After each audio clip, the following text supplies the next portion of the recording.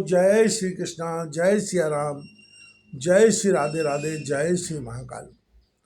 इस प्रवचन में आपको श्रवण कराएंगे श्रीमद् भागवत महापुराण के आधार पर वेणु गीत।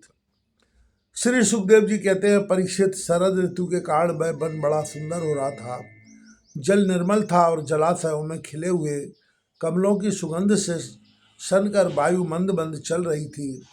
भगवान श्री कृष्ण ने गौओं और ग्वाल वालों के साथ उस वन में प्रवेश किया।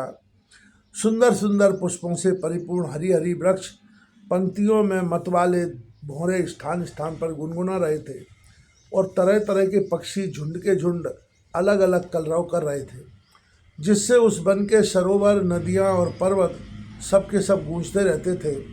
मधुपति श्री कृष्ण ने बलराम जी और ग्वाल वालों के साथ उसके भीतर घुसकर गौओं को चराते हुए अपनी बांसुरी पर बड़ी मधुर तान छेड़ी। श्री कृष्ण की वह बंसी ध्वनि भगवान के प्रति प्रेम भाव को, उनके मिलन की आकांक्षा को जगाने वाली थी। उसे सुनकर गोपियों का हृदय प्रेम से परिपूर्ण हो गया। वे एकांत में अपनी सखियों से उनके रूप, गुण और बंसी ध्वनि के प्रभाव का वर्णन करने लगी। ब्रज की गोपियों ने बंसी ध्वनि का माधुर्य आपस में वर्णन करना चाहा तो अवश्य, परंतु बंसी का स्मरण होते ही उन्हें श्री कृष्ण की मधुर चेष्टाओं की प्रेमपूर्ण चित्त में अनुभवों के इशारे और मधुर मुस्कान आदि की याद हो आई। उनकी भगवान से मिलने की आकांक्षा और भी बढ़ गई। उनका मन हाथ से निकल गया। वे मन ही मन वहाँ पहुँच गई जहाँ श्री कृष्ण थे। अब उनकी वाणी बोले कैसे, वे उसके वर्णन में असमर्थ हो गईं। वे मन ही मन देखने लगीं कि श्री कृष्ण ग्वाल वालों के साथ वृंदावन में प्रवेश कर रहे हैं। उनके सिर पर मयूर पिच्छ है और कानों पर कनेर के पीले पीले पुष्प, शरीर पर सुनहला पीताम्बर और गले में 5 प्रकार के सुगंधित पुष्पों की बनी बैजंती माला है। रंगमंच पर अभिनय करते हुए श्रेष्ठ नट का सा क्या ही सुंदर वेश है। बांसुरी के छिद्रों को वे अपने अधरामृत से भर रहे हैं। उनके पीछे पीछे ग्वाल वाल उनकी लोक पावन कीर्ति का गान कर रहे हैं। इस प्रकार बैकुंठ से भी श्रेष्ठ वह वृंदावन धाम उनके चरण चिन्हों से और भी रमणीय बन गया है। परीक्षित, यह बंसी ध्वनि जड़ चेतन समस्त भूतों का मन चुरा लेती है। गोपियों ने उसे सुना और सुनकर उसका वर्णन करने लगी। वर्णन करते करते वे तन्मय हो गईं और श्री कृष्ण को पाकर आलिंगन करने लगी। गोपियाँ आपस में बातचीत करने लगीं, अरे सखी, हमने तो आँख वालों के जीवन की और उनकी आँखों की बस यही इतनी ही सफलता समझी है, और तो हमें कुछ मालूम ही नहीं है भाई कौन सा लाभ है। वह यही है कि जब श्याम सुंदर श्री कृष्ण और गौर सुंदर बलराम ग्वाल वालों के साथ गायों को हाँक कर वन में ले जा रहे हों या लौटा कर ब्रिज में ला रहे हों, उन्होंने अपने अधरों पर मुरली धर रखी हो और प्रेम भरी तिरछी चितवन से हमारी ओर देख रहे हों, उस समय हम उनकी मुख माधुरी का पान करती रहें। अरे सखी, जब वे आम की नई कोपलें, मोरों के पंख, फूलों के गुच्छे, रंग बिरंगे कमल और कुमुद की मालाएं धारण कर लेते हैं, श्री कृष्ण के सांवरे शरीर पर पीताम्बर और बलराम के गोरे शरीर पर नीलांबर फैलाने लगता है, तब उनका वेश बड़ा ही विचित्र बन जाता है। ग्वाल वालों की गोष्ठी में वे दोनों बीचों बीच बैठ जाते हैं और मधुर संगीत की तान छेड़ देते हैं। मेरी प्यारी सखी, उस समय ऐसा जान पड़ता है मानो 2 चतुर नट रंगमंच पर अभिनय कर रहे हों। मैं क्या बताऊं कि उस समय उनकी कितनी शोभा होती है। अरे गोपियों, यह वेणु पुरुष जाति का होने पर भी पूर्व जन्म में न जाने ऐसा कौन सा साधन भजन कर चुका है कि हम गोपियों की अपनी संपत्ति दामोदर के अधरों की सुधा स्वयं इस प्रकार पिए जा रहा है कि हम लोगों के लिए थोड़ा सा भी रस शेष नहीं रहेगा।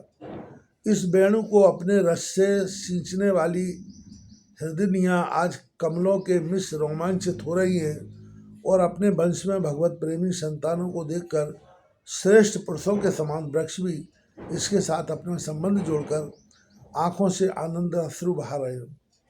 अरे सखी, यह वृंदावन बैकुंठ लोक तक की पृथ्वी की कीर्ति का विस्तार कर रहा है। क्योंकि यशोदा नंदन श्री कृष्ण के चरण कमलों के चिन्हों से यह चिन्हित हो रहा है। सखी, जब श्री कृष्ण अपनी मुनिजन मोहिनी मुरली बजाते हैं तब मोर मतवाले होकर ताल पर नाचने लगते हैं। यह देखकर पर्वत की चोटियों पर विचरने वाले पशु पक्षी चुपचाप शांत होकर खड़े रह जाते हैं।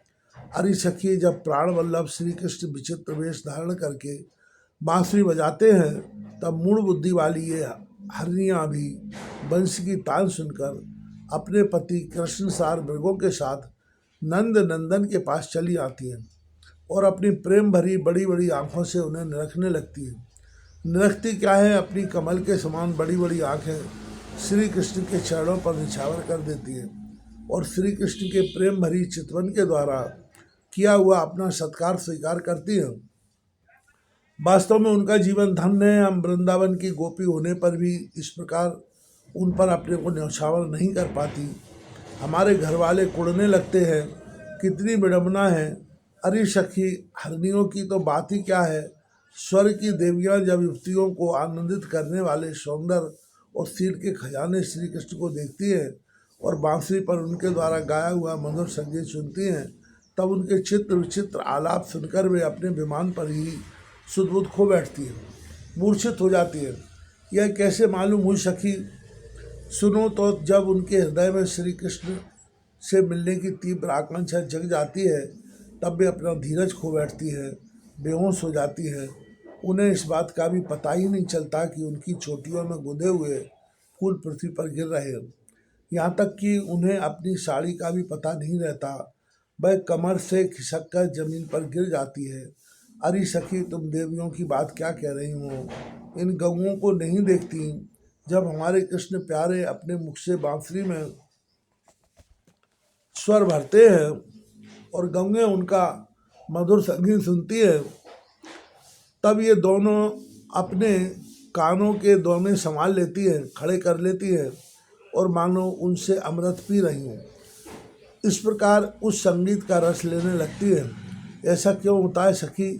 अपने नेत्रों के द्वार से श्याम सुंदर को हृदय में ले जाकर वे उन्हें वही विराजमान कर देती हैं और मन ही मन उनका आलिंगन करती हैं।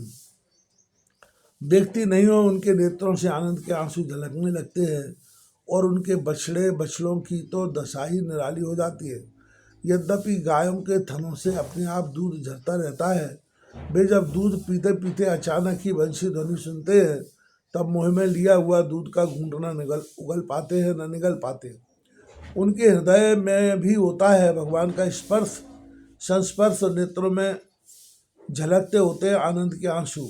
वे ज्यों के त्यों ठिठके रह जाते हैं। अरे सखी, गौएं और बछड़े तो हमारी घर की वस्तु है, उनकी बात तो जाने ही दो। वृंदावन के पक्षियों को तुम नहीं देखती हो?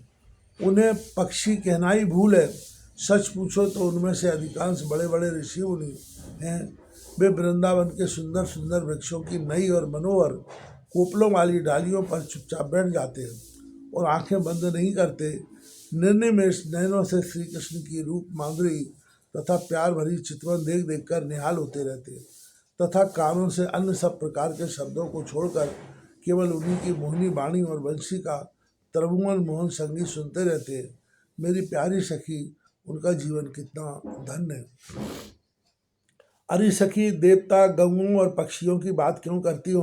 वे तो सचेत हैं, इन जड़ नदियों को नहीं देखती। उनमें जो भंवर दिख रहे हैं उनसे उनके हृदय में श्याम सुंदर से मिलने की तीव्र आकांक्षा का पता चलता है। उसके वेग से ही तो इनका प्रभाव रुक गया है। इन्होंने भी प्रेम स्वरूप श्री कृष्ण की बंसी ध्वनि सुन ली है। देखो देखो, ये अपनी तरंगों के हाथों से उनके चरण पकड़कर कमल के फूलों का उपहार चढ़ा रही हैं और उनका आलिंगन कर रही हैं, मान उनके चरणों पर अपना हृदय ही निछावर कर रही हो। अरे सखी, ये नदियाँ तो हमारी पृथ्वी की, हमारे वृंदावन की वस्तुएं हैं। तनिक इन बादलों को भी तो देखो। जब ये देखते हैं कि ब्रज कुमार श्री कृष्ण और बलराम जी ग्वाल बालों के साथ धूप में गौएं चरा रहे हैं और साथ साथ बांसुरी भी बजाते जा रहे हैं, तब उनके हृदय में प्रेम उमड़ आता है। वे उनके ऊपर मंडराने लगते हैं और वे श्याम घन अपने सखा घनश्याम के ऊपर अपने शरीर को ही छाता बनाकर तान देते हैं। इतना ही नहीं सखी, ये जब उन पर नन्ही नन्ही फुइयों की वर्षा करने लगते हैं तब ऐसा जान पड़ता है कि वे उनके सुंदर सुंदर श्वेत कुसुम चढ़ा रहे हैं। नहीं सखी, उनके बहाने से तो अपना जीवन ही न्यौछावर कर देते हैं। अरे भटू, हम तो वृंदावन की इन भीलनियों को ही धन और कृतकृत्य मानती हैं। ऐसा क्यों सखी? इसलिए कि इनके हृदय में बड़ा प्रेम है। जब वे हमारे कृष्ण प्यारे को देखती हैं तब इनके हृदय में भी उनसे मिलने की तीव्र आकांक्षा जाग उठती है। उनके हृदय में भी प्रेम की व्याधि लग जाती है। उस समय ये क्या उपाय करती हैं, यह भी सुन लो। हमारे प्रियतम की प्रेयसी गोपियां अपने वक्ष स्थलों पर जो केसर लगाती हैं वह श्याम सुंदर के चरणों में लगी होती है, और वे जब वृंदावन के घास पात पर चलते हैं तब उनमें भी लग जाती हैं। ये सौभाग्यवती भीलियाँ उन्हें तिनकों पर से छुड़ाकर अपने स्तनों और मुखों पर मल लेती हैं और इस प्रकार अपने हृदय की प्रेम पीड़ा शांत करती हैं। अरे गोपियों, या गिरिराज गोवर्धन तो भगवान के भक्तों में बहुत ही श्रेष्ठ है। धन्य इसके भाग्य। देखती नहीं हो, हमारे प्राण वल्लभ श्री कृष्ण और नयनाभिराम बलराम के चरण कमलों का स्पर्श प्राप्त करके यह कितना आनंदित रहता है। इसके भाग्य की सराहना कौन करे? यह तो उन दोनों का, ग्वाल बालों का और गऊओं का बड़ा ही सत्कार करता है। स्नान पान के लिए झरनों का जल देता है और गऊओं के लिए सुंदर हरी हरी घास प्रस्तुत करता है। विश्राम करने के लिए कंदराएं और खाने के लिए कंदमूल फल देता है। वास्तव में यह धन्य है। अरे सखी, इन सांवरे गोरे किशोरों की तो गति ही निराली है। जब इस सिर पर नोबना दुहते समय गाय के पैर बांधने की रस्सी लपेटकर और कंधों पर फंदा भागने वाली गायों को पकड़ने की रस्सी रखकर गायों को एक वन से दूसरे वन में आकर ले जाते हैं, साथ में ग्वाल बाल भी होते हैं और मधुर मधुर संगीत गाते हुए बांसुरी की तान छेड़ते हैं, उस समय मनुष्यों की तो बात ही क्या है। अन्य शरीरधारियों में भी चलने वाले चेतन पशु पक्षी और जड़ नदी आदि तो स्थिर हो जाते हैं तथा अचल वृक्षों को भी रोमांच हो आता है। जादू भरी बंसी का और क्या चमत्कार सुनाऊं। परीक्षित, वृंदावन बिहारी श्री कृष्ण की ऐसी ऐसी एक नहीं अनेक लीलाएं हैं। गोपियां प्रतिदिन आपस में उनका वर्णन करती और तन्मय हो जाती। भगवान की लीलाएं उनके हृदय में स्फुरित होने लगती हैं।